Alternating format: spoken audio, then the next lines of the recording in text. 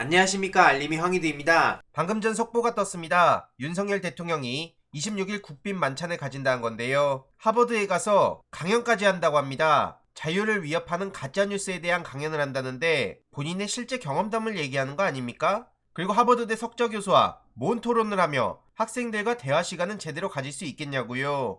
자유를 향한 새로운 여정이라면서 맨날 자유 얘기만 하는데 책임은 언제 지는 겁니까? 책임 없는 자유가 얼마나 무서운지 알고 저렇게 떠드는 걸까요? 그리고 한미동맹을 강조하는 건 좋은데 중국이나 러시아는 왜 자극하냐 이겁니다. 결국 중국 건드렸다는 소식이 어제 전해지기도 했죠. 첨예한 갈등이 이어지고 있는 중국과 대만 해협에 대해서 윤석열 대통령이 강하게 목소리를 낸 겁니다. 전 세계적인 문제라며 이를 앞장서서 키우고 있는 상황인데요. 지난 2월 박진 외교부 장관이 한반도 평화와 안정을 유지해야 된다, 이런 얘기를 했던 걸 두고도 중국에선 대만 문제는 중국의 내정으로 다른 사람이 말 참견하는 걸 허용하지 않는다, 부용치회라고 강하게 반응했습니다. 한마디로 한반도 문제라고 했을 때도 부용치회라고 받아치는데 윤석열 대통령이 전세계 문제라고 규정하면 이걸 어떤 반응을 할지는 안 봐도 뻔하단 겁니다. 이런 이에 대해서도 엄청난 비판의 목소리가 이어지고 있고요. 나라 망하기 전에 끌어내려야 된다에 공감이 10,000개가 넘게 달릴 정도입니다.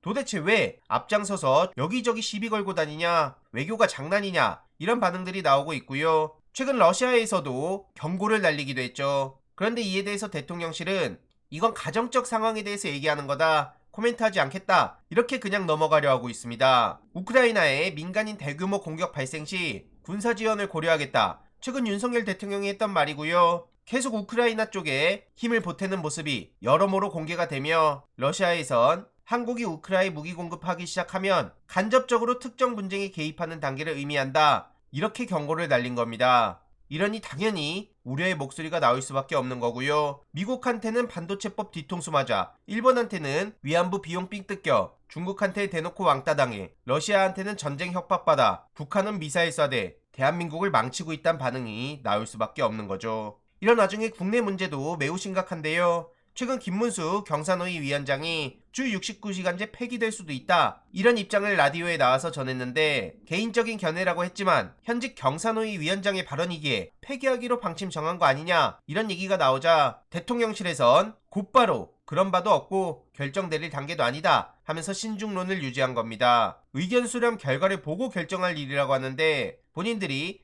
여론조사 문안을 다듬고 있는 단계라고 하죠. 그러면서 내부적으로 법안 폐기 여부를 결정하지 않았다며 직접 진화에 나선 건데요. 도대체 여론조사는 언제까지 해야 됩니까? 보수 진보를 떠나서 실컷 두들겨 맞더니 아직까지도 주 69시간을 고집하는 이유도 모르겠고요. 심지어 김건희 씨는 TK에서조차 조용히 좀 하라고 하는데 이용 의원은 내조 정말 잘한다, 이렇게 띄워주고 있습니다. 그러면서 민주당을 향해 타인을 악마화시키는 것에 재주가 있는 것 같다 라는 얘기를 하고 있는데 그거 본인들 얘기 아닙니까? 이러니 당연히 오히려 논란만 더 키운 상황이고요. 김재원, 태영호 최고위원에 대해서도 국민의힘 내부에서조차 우려의 목소리가 나오고 있습니다. 그래서 자진 사퇴하라는 얘기도 여기저기서 나오기 시작했는데 그만큼 상황이 심각해져 가고 있다는 거고요. 물론 민주당 내부도 지금 송영길 전 대표가 빠르게 귀국을 해야 된다, 이렇게 생각합니다. 박주민 의원에 따르면 당분간 귀국 의사가 없는 것 같다고 하는데 그렇게 가볍게 넘어갈 수 있는 상황이 아니라고 보고요.